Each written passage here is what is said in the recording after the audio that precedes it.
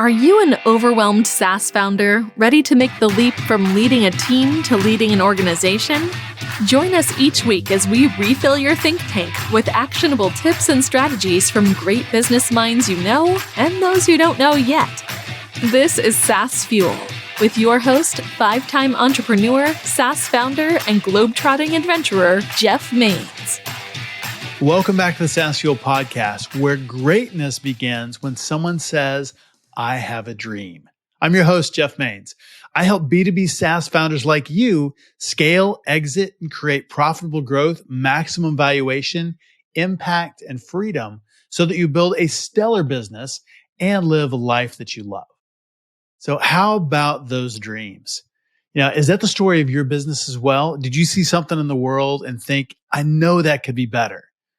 Working with entrepreneurs, I hear that story a lot. People have lots and lots of dreams, but I think dreams are cheap. Ideas, a dime a dozen. The thing that makes them powerful is action. General Colin Powell said a dream doesn't become reality through magic.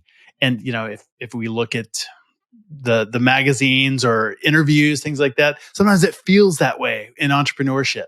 It's just like they rolled out of bed one day, had an idea, and grew a unicorn. But he said a dream doesn't become reality through magic. It takes sweat, determination, and hard work. And I really think that describes the successful entrepreneurship. So the successful entrepreneurial journey. They do wake up one day and they say, I have a dream that the world could be different. And they make that happen through that sweat, determination, and hard work. But the things that kill dreams is fear of failure, not taking those risks, not taking action, or just the love of comfort. And it is so easy to just kind of sit back and be comfortable. And I may have a big dream and I know the world could be different, but I don't know, man, that's a lot of risk. But don't let those dreams sit idle.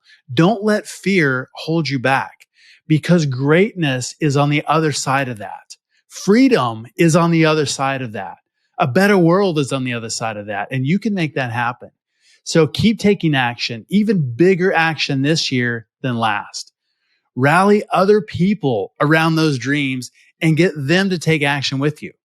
Because big dreams powered by massive action absolutely change the world. Entrepreneurs like you change the world and improve the lives of your clients, your team members, their families, and your family as well.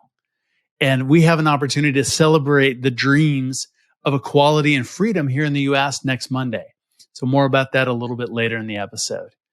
This last week, I had the privilege of spending some time with some big dreamers at our Navigating Success Together event. Outstanding, fearless SaaS founders. And so we're going to do it again. The feedback was amazing. And I also heard from a number of you that you had date time conflicts, wanted to come but couldn't, and all the more reason to do it again. So join us for another live meetup for SaaS founders. We're going to continue. We'll call it Navigating Success Together. We'll keep the name like that. Hosted by Champion Leadership Group. Learn 4 key ways to keep growth going, even in uncertain economic times. And we'll also talk about that master level strategy, the yes box. That was a huge hit. How to keep growth going in an uncertain economy, how buyer journey, how that changes, how the thought process changes when the economy is a little bit wonky. And most importantly, the thing that I love about these events is the ability to build relationships with other SaaS founders. Up-level your leadership skills and mastermind solutions with those who are on the same SaaS building journey as us. It is free for SaaS founders, so get all the details, navigatingsuccesstogether.com, or just go to saasfuel.com. It's up at the top of the page under resources. Hit that, drop down, look at events, pick your date, and I hope to see you there. So I'm really excited about doing that again. Like I said, the feedback was just fantastic.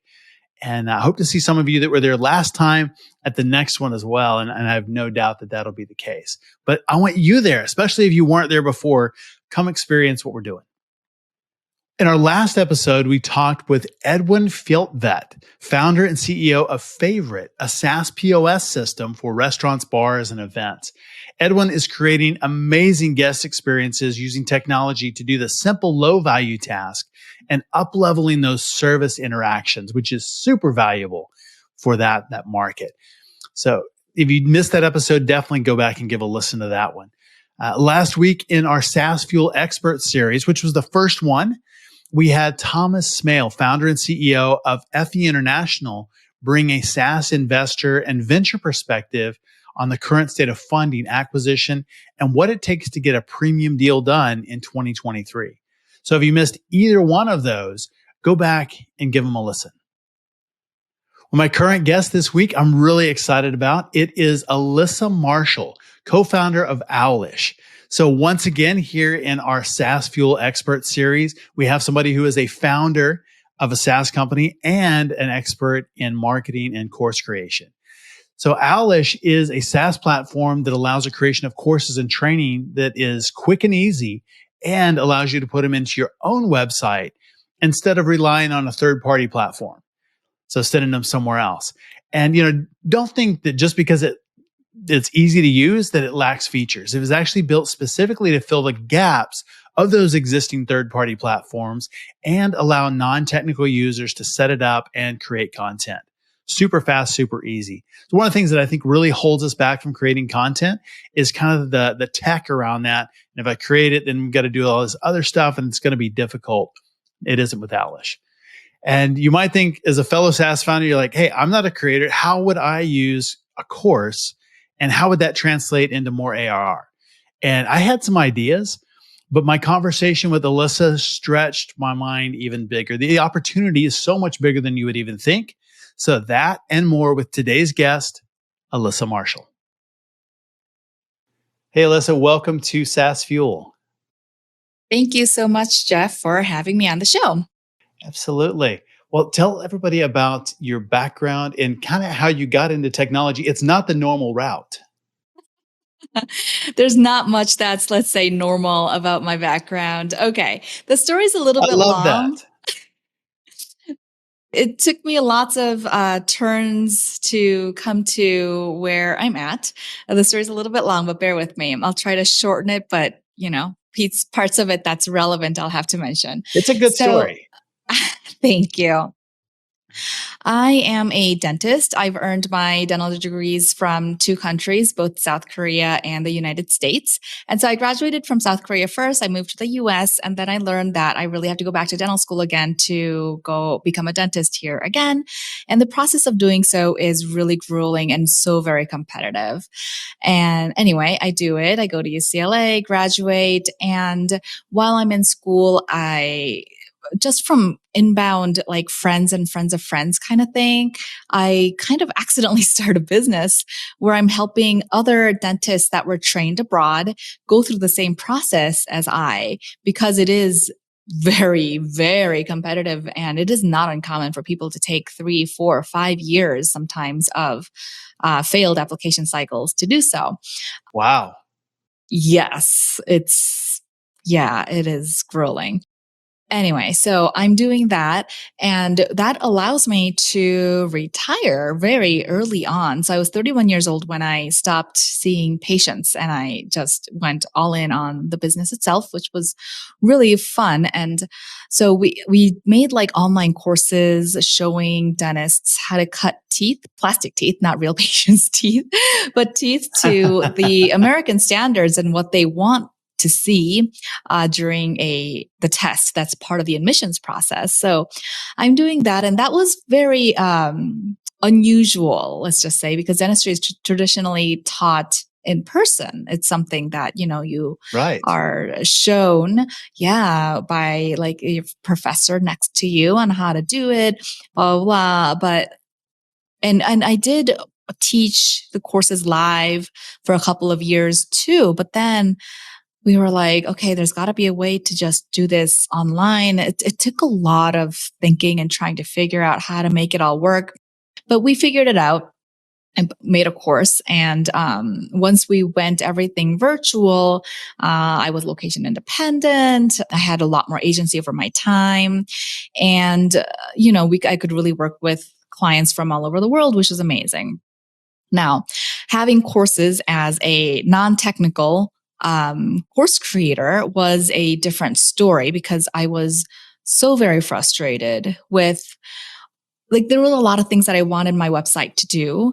And to do so was not simple, like for somebody that doesn't know how to code, and perhaps a simpler answer was for me to go back to coding school or whatever and figure it out. But it was always like, well, I don't want to. And so working with developers was frustrating. It still is, because like, I'm like, okay, it's not that this the developer's part. It's more like, okay, I want something done, but it's like, I feel like I cannot make that happen on my own, right? Like, it's like, okay, I want this change to my course or whatever. And doing so was just like, okay, just thinking about it as a stressor. And then I have to be like, communicate and like, okay, please do this for me. And when we update new Right. course modules If they and explain whatever, it to that somebody was, else.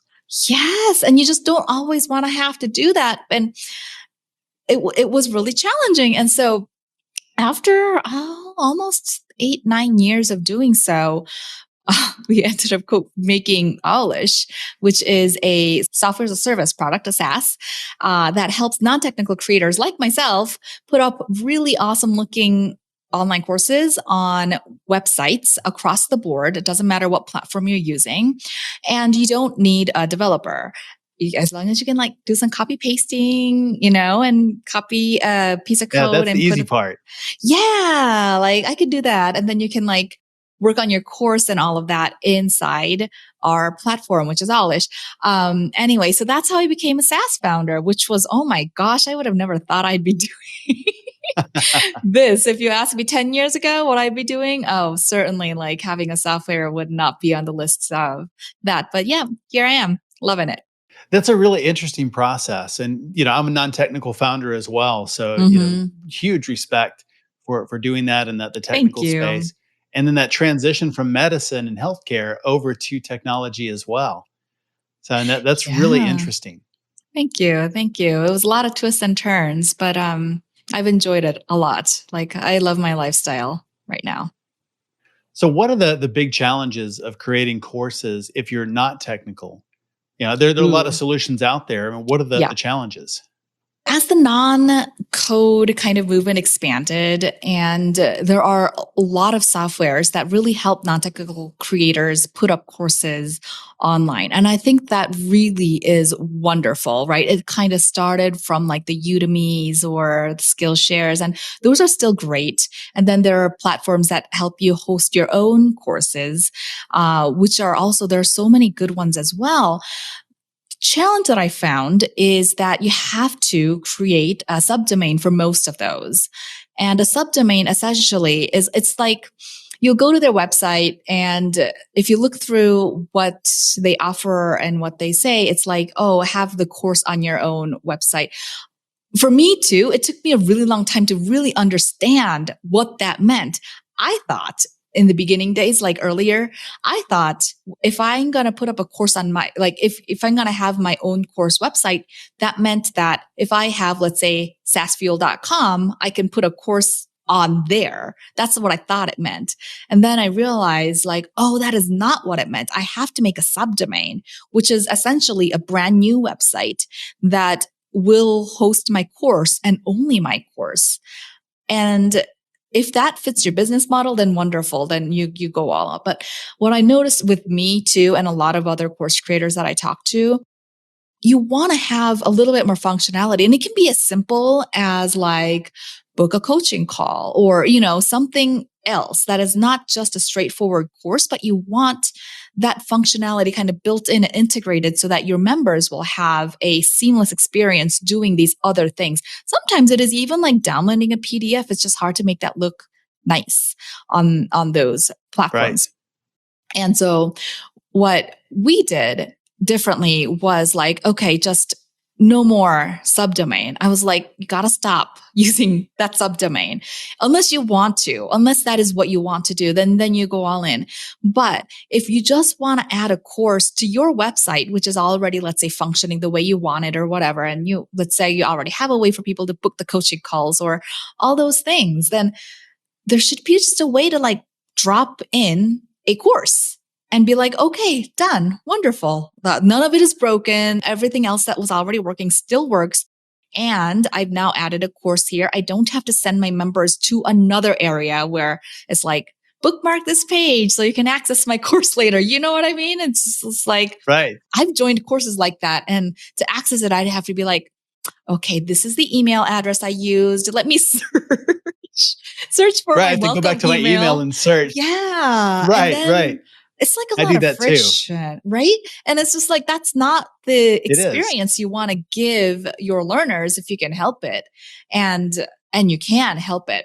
So for non-technical course creators, that was one option and obstacle, if you ask me, on creating courses. And another was you had to be semi, or I think more than semi tech savvy if you could go the WordPress route, because it is supposed to be easy to use and, it's all open source. But I don't know. If you talk to any non-technical person that actually started to mess with a WordPress site in any depth, you realize you get in over your head really, really fast. You can do like a pretty simple like blog and maybe an opt-in and a website, I think now without the help of a developer. But if you want to have like a course and other things do this, like just things talking to each other and just tightly integrated as a site the way you envision it, good luck doing that, because that's what I had in, the dental business. And like, just to make a simple, it's like the back end gets so messy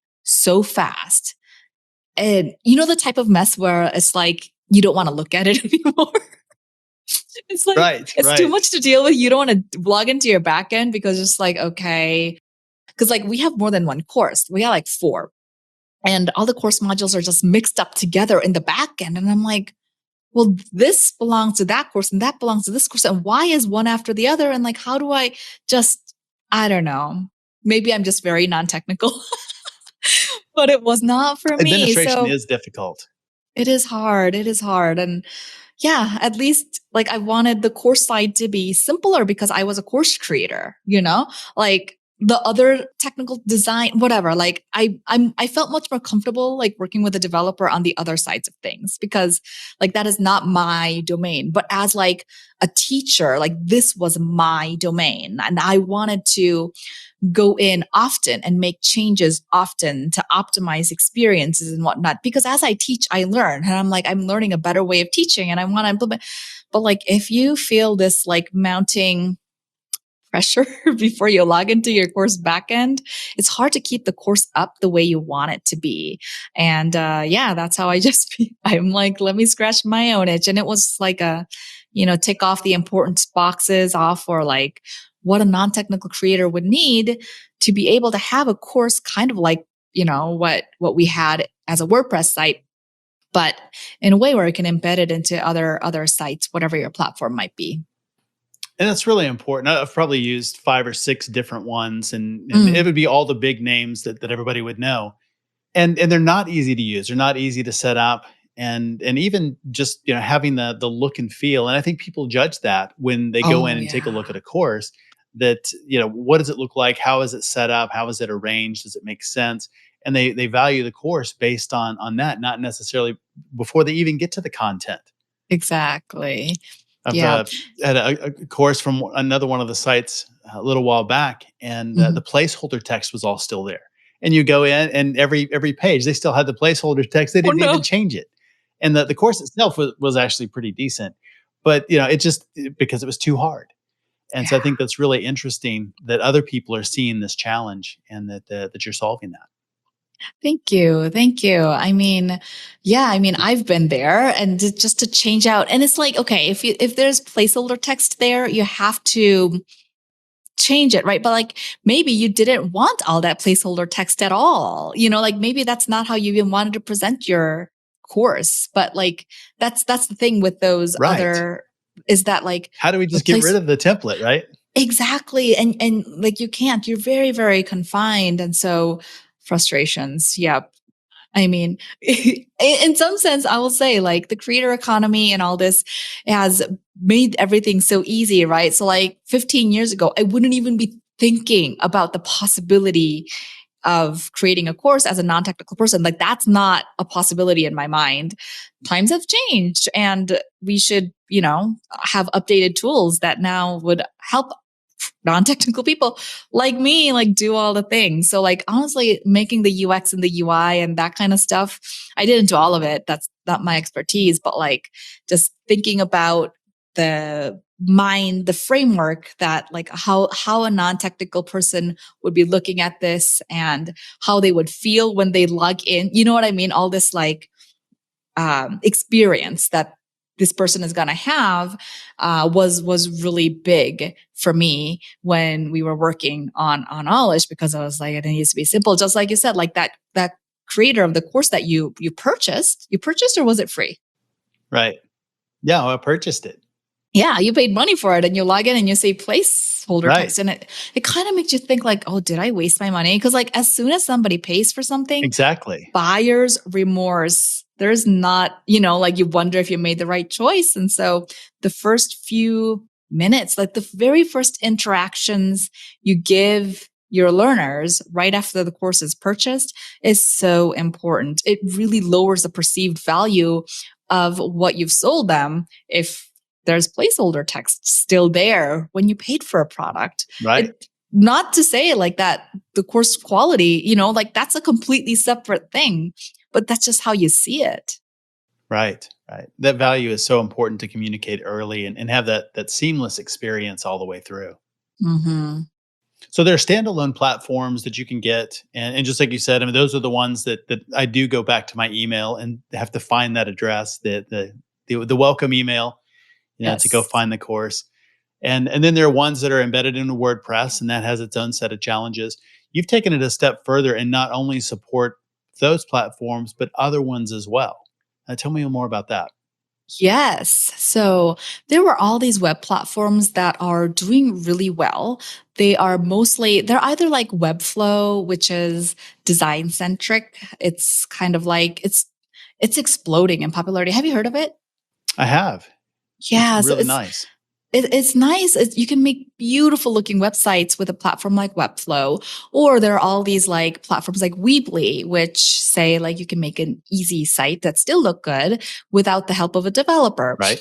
But there were not any products or plugins or anything like that would work with those and more, like Duda or Wix, or now Shopify has a couple, but there were all these platforms that Squarespace, this did not have a way to actually properly put in a course. So let's just say if I had a Weebly site or if I had a Webflow site, if I wanted to put in a course, the way I would have to do it, if I really knew that I wanted it on my own website, would be like link it all up with videos and oh my God.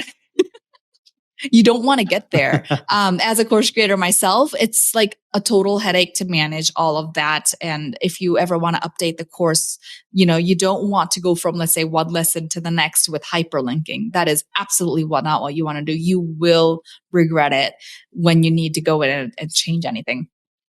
Anyway, so there was no way to put in courses in all of these platforms. And I'm not the developer, but they figured out how to do it. So I was like, oh, that's so cool. So yeah, we made Owwlish so that whatever platform you use, it's platform agnostic. You can drop a code and your course will show up wherever you say to show up. And I mean, everyone's business also evolves, right? Like you may start out with a Weebly site and later be like, okay, let me move over to Shopify now. I'm doing e-commerce or whatever, but like I still want to have my other things.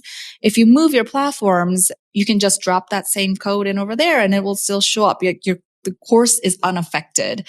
And for me, that was actually, we've had to redo our website a few times. Like we've been doing our dental business for like 10 years, right? So there were redesigns. Obviously we have to kind of keep up. And every redesign, oh my God, having to redo the entire course and put everything in there all over again and make sure, it was a really big headache. It's enough to deter you from making the decision to do the redesign. Because right, you don't want to redo your website. Yeah, because it's like these 4 courses. We have 4 courses. 2 are giant courses, 2 are smaller, but 2 are giant.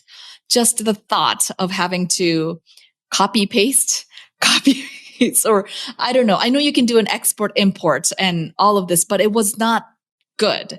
Like it wasn't not what you want it to be. Because like you don't want to bring in all of the content over. You just want to, I don't know, you have to do a cleanup while you're bringing it over. Whatever. Yeah, not good. So like, yeah, with Owwlish, what we did was your course should always be maintained because it is very, very easy to do so. It's like a drag and drop. You don't see all the content for all of your courses mixed up. It's like you see your content for this course over here and that course over there. It's not all jumbled up. And so like maintaining it is so much easier. And to move it to another site, you just copy paste, drop in. The rest of the website, yeah, you have to deal with it, but at least that part is easier. And you don't have to worry about, let's say, your content being locked up in another platform and you can't bring it over. None of that is a concern. That makes a lot of sense. Well, a lot of the listeners are SaaS founders. Some are technical, some aren't. And you have some really great tips for SaaS founders and how they can use courses to drive more business. So I'd love to take a break and we'll come back and want to hear from you how SaaS founders can use courses to drive more business right after this. Ever feel like you're in uncharted waters? Wish there was a checklist or clear path to follow for your stage of growth? We are the one. Champion Leadership Group helps SaaS founders scale from $1 million to $10 million to $20 million and beyond. Only 1 in 40,000 companies grows to 10 million in revenue. The rest stay small or die along the trail. Building a business is treacherous if you go alone. Instead, travel with experienced SaaS founders and expert guides who help chart your course to consistent results and provide support every step of the way. Create your free growth map today at championleadership.com. Welcome back to SaaS Fuel. My guest today is Alyssa Marshall, founder and CEO of Owwlish. And Alyssa, tell me a little bit about how you've seen SaaS founders do really well in creating courses to help drive more business. SaaS founders benefit so much from courses because as SaaS founders, you succeed when your customers succeed. You don't just want to, let's just say, make a SaaS tool and be like, okay, good luck, figure it out. Bye-bye, see you later. Hope you don't churn, fingers crossed, right? A lot of SaaS founders, let's just use podcasting as an example. If you have a SaaS that supports people in podcasting, you are, of course, going to have a certain number of customers that are very mature podcasters and they don't need your help. But you will also have a large segment of customers that are not mature podcasters. They are figuring out, they're starting a new podcast for the very first time. And they're like, okay, I want to do this. And, and they sign up with you and like they're getting things set up. You will keep them as a customer if they succeed. If they fizzle out or think that podcasting was too hard or it was not worth it for them or whatever it might be, they are going to churn. And so if you create a course that shows them, first of all, not just how to use your product, but if you can take it a bit further, because if you have enough insight into podcasting to come to the point where you're building a podcasting SaaS, you know a lot more about podcasting and what it takes to succeed in it than your average customer does. Share that knowledge with them. Help them succeed. They will be grateful also, but really they will stay with you longer. They won't churn because you're there, so podcasting has become an integral part of their business or, whatever it is that they are working on. Like if they succeed, they'll stay. So that kind of insight into like sharing and doing that part is I just don't think is utilized to the fullest potential for most SaaS businesses.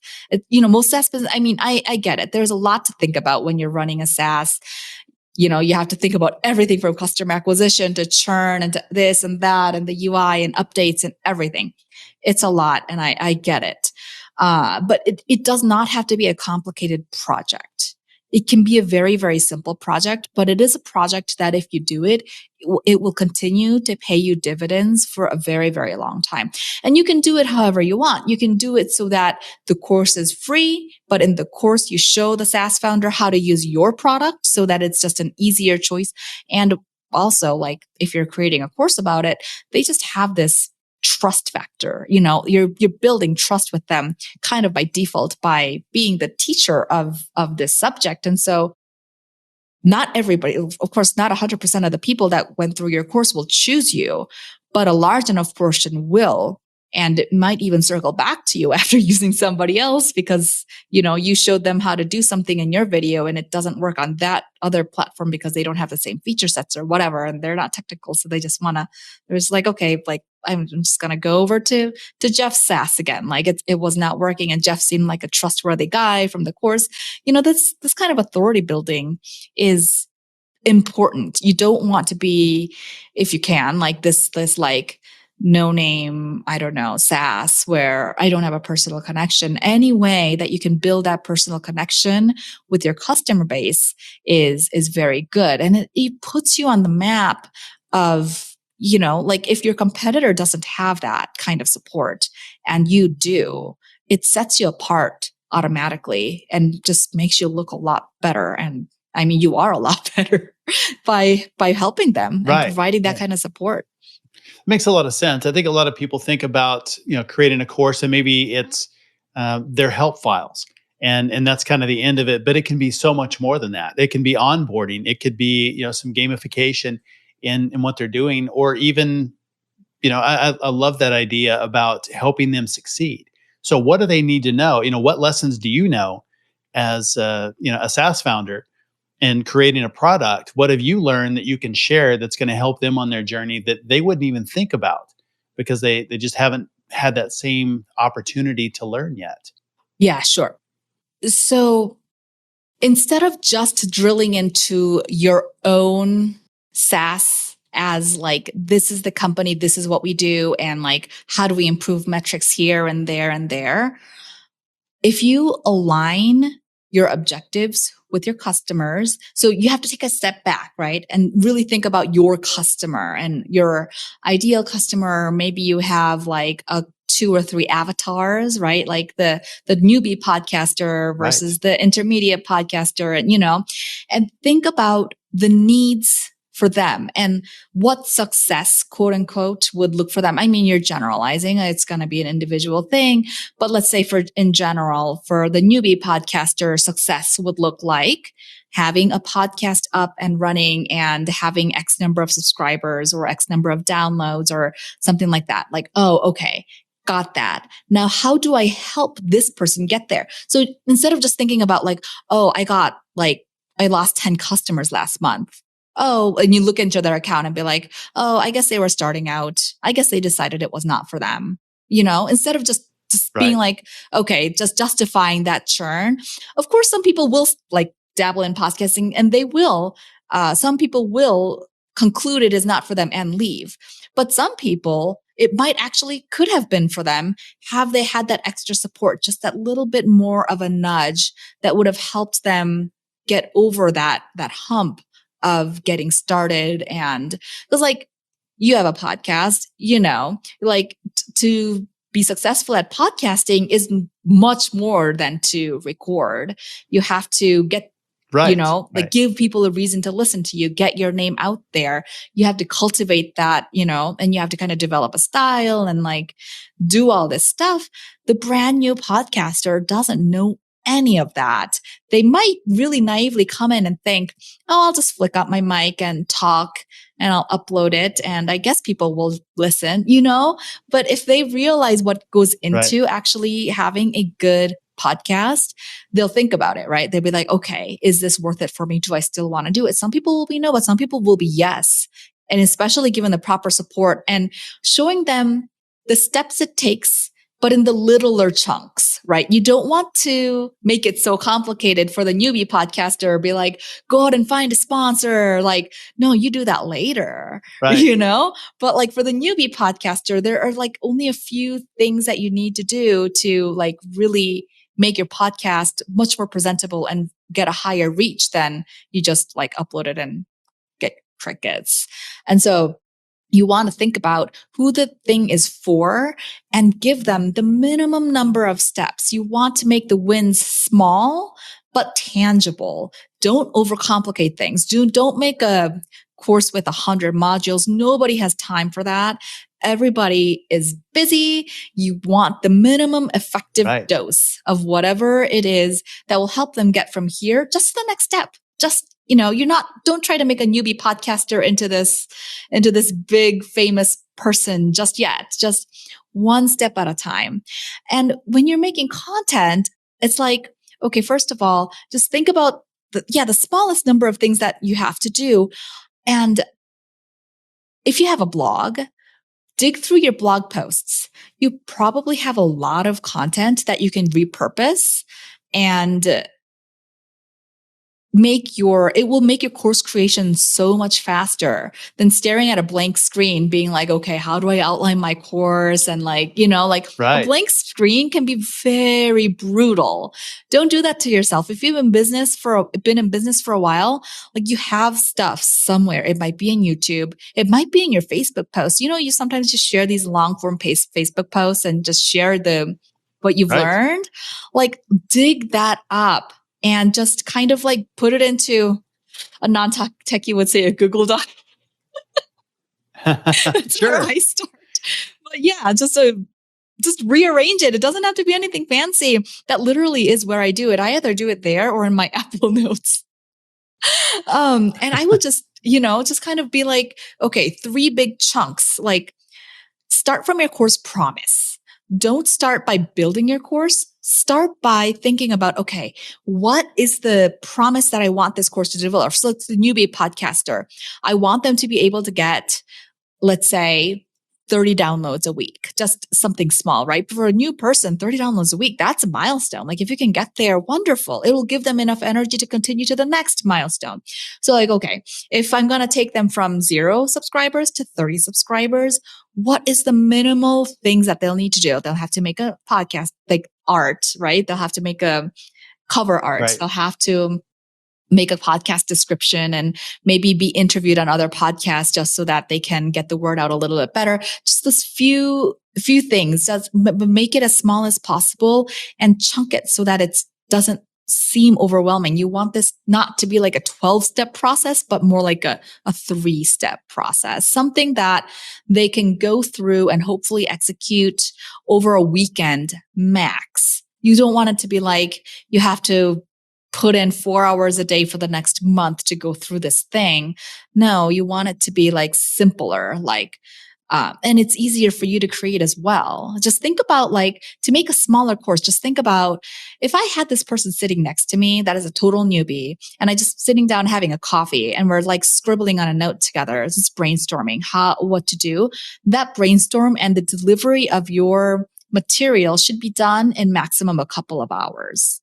That's it. So it shouldn't really take you more than a weekend. Oh, if you don't edit your own videos, and I hope you don't. That can be outsourced relatively cheap unless you want really fancy things done to your videos, but really you don't have to become fancy. Just start basic, just record your talking head video, and it's okay if you record it 10 times. I do that sometimes. The word just doesn't, roll off my tongue the way I hoped it would. And that's what the job of the editor is to go through all of the cuts and find the last one or the best one and remove all of it. And it does wonders. Your mess of a, recording will come out really nice and clean by just taking out those bad cuts, and you'll be amazed. But don't do it yourself because it takes a really long time unless you're really good at using video editing software already. So that is one area that I'll say spend a little money and get that out of the way. But minus that part, the course creation part, hopefully a weekend. Don't make it too big of a deal because then you won't do it. You can add to it later. You can build another one later. But make it simple, take small steps, repurpose your content. Don't start from scratch. You have it already. Most of your course material, honestly, you probably already have it. Your help articles, just go grab the stuff relevant, rearrange it, and figure out how we would deliver it in your voice, in your video. And that's it. You just click on, don't buy a camera, don't buy a mic, just use your phone, your whatever. What is that? MP4 thing that like comes in Apple computers. I can't even remember the name. There we Anyway, go. QuickTime. Just use QuickTime. Like it's fine. Yep. Or use Loom. Simple. Yeah, simple. You have all the tools. Like even if you don't think you have fancy, like doesn't need to be fancy. Just click record, just put up a bunch of books under your computer, bring it up, and you're good to go. I think we make things a lot harder than they need to be a lot of times. But I think it's fantastic advice. Thank you. Yeah, it is. I think it's a way of procrastination, in some sense, right? Because it's like, if you're preparing for something, you can't actually do it, but you're working on it. So you feel like you're being productive, but you're not actually producing. So are you really productive? Like, what is the smallest thing that you can actually put out and to your customer base? Because they will find it helpful. Like the earlier you can put it out, the bigger impact it will have and it will stay there. And if you don't like it later, do it again. Like if you find that it brings you a good ROI, then maybe you can. And maybe it does make sense to invest in higher production because you saw the value. It actually gave you money back as an ROI. Then you can invest that money back into better production, better editing, whatever it is that you want at that time. But don't let the production part, not stop you from taking action. Seriously, a weekend project. Lock yourself up, get it out. And that's really good because we can get feedback from clients as well on what was valuable, and we can do more things like that. Yes, exactly. A lot of SaaS founders are used to the concept of MVP. Mm-hmm. And this is exactly the same thing. It's what is that minimum viable thing? And you could even flip that around and think that we want maximum value activity.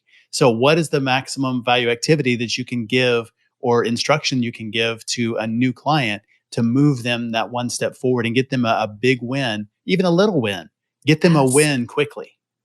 Yeah. And those kind of associations, if you're the person that gave you the win, we are humans. Like I like to think of evolution, and it gives you this special bond, kind of. It's like it gives you that. It gives you a little dopamine hit, and it came from you. And so I like the feeling I get when I'm thinking about you. And so you're really building up a loyal customer base. And of course, for your customers, it's never going to be an urgent task, right? It's never going to be a fire that is burning, something that you have to fix. Right. And so it's the kind of project that is really easy to just put off in your someday maybe list and just look at it and be like, okay, not now. Maybe when I get to this point, I'll do it. Maybe when I get to the next point, I'll do it.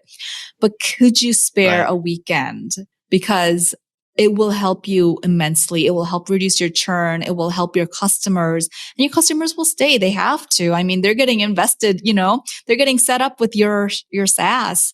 They will stay, because why would they leave? It's just so much work to even think about moving platforms anyway. So if they're your customers and you help them, settle in and succeed, they'll be your customers for longer. So it's the kind of activity that I think is important, but not urgent. But totally worth it. So but it is one of those things, worth it and important. Yeah. I like that. It's fantastic. Absolutely. Well, where can we learn more about you and about Owwlish online? Sure. Owwlish is at owwlish.com. That's Owwlish with 2 W's. So that's OWWLISH.com. I don't have a lot of other social things going on, to be honest. I'm personally not active on Twitter or anything like that. But everything Owwlish is where you would find us. So most of our social media handles are Get Owwlish.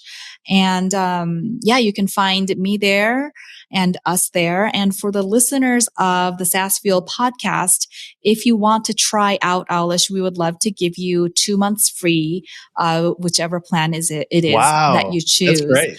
Yeah. So for that, just come to owwlish.com/SaaS Fuel, SaaSFuel, all one word. And it'll be there.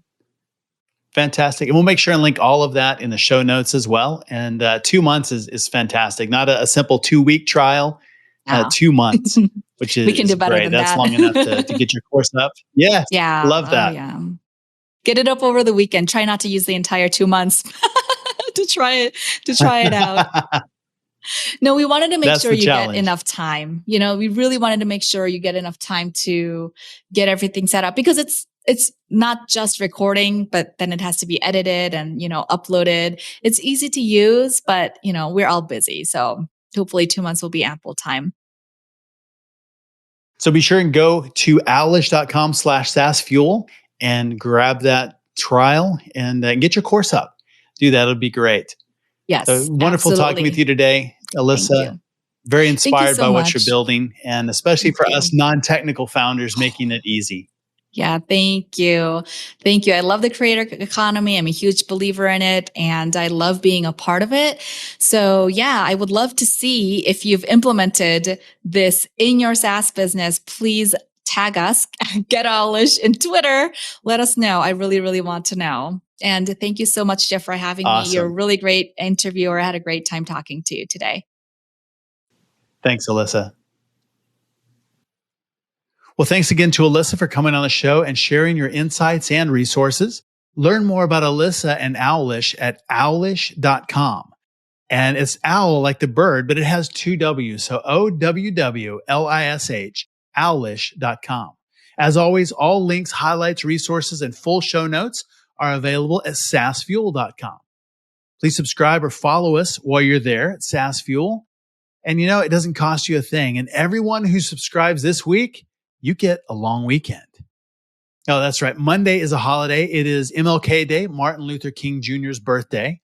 And it's not just a day off, though, not just a normal holiday, but it's a day to do something good, a day of service, which I just love that. It's a tremendous way to honor the legacy of a great man who changed the world, not through riots or revolution or just shouting louder than the opposition, but through leadership, inspiration, and determination. I think he is one of the greatest examples of servant leadership in our nation's history. So get out there, go serve, and make someone's day on MLK Day. Well, join us next week for our conversation with Ted Elliott. He is CEO of Capado, the largest DevOps platform for Salesforce. He has years of experience as a founder, CEO of tech startups through exits and beyond. We're really looking forward to that conversation. And we will follow that up next week with our SaaSfuel Expert Series. And our guest will be Alexis Scott. Her greatest skills are marketing creativity and community engagement. And, if you want to build a cult-like loyalty around your SaaS, this is going to be for you. She is fantastic. Love her. Well, until next time, as always, enjoy the journey. Thanks for listening to SaaS Fuel. Full show notes for each episode, which includes a summary, key takeaways, quotes, and any resources mentioned, are available at SaaSfuel.com.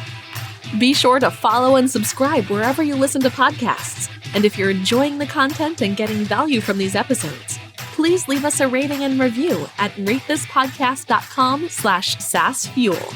We'll be sure to read these out on future episodes. Let's go!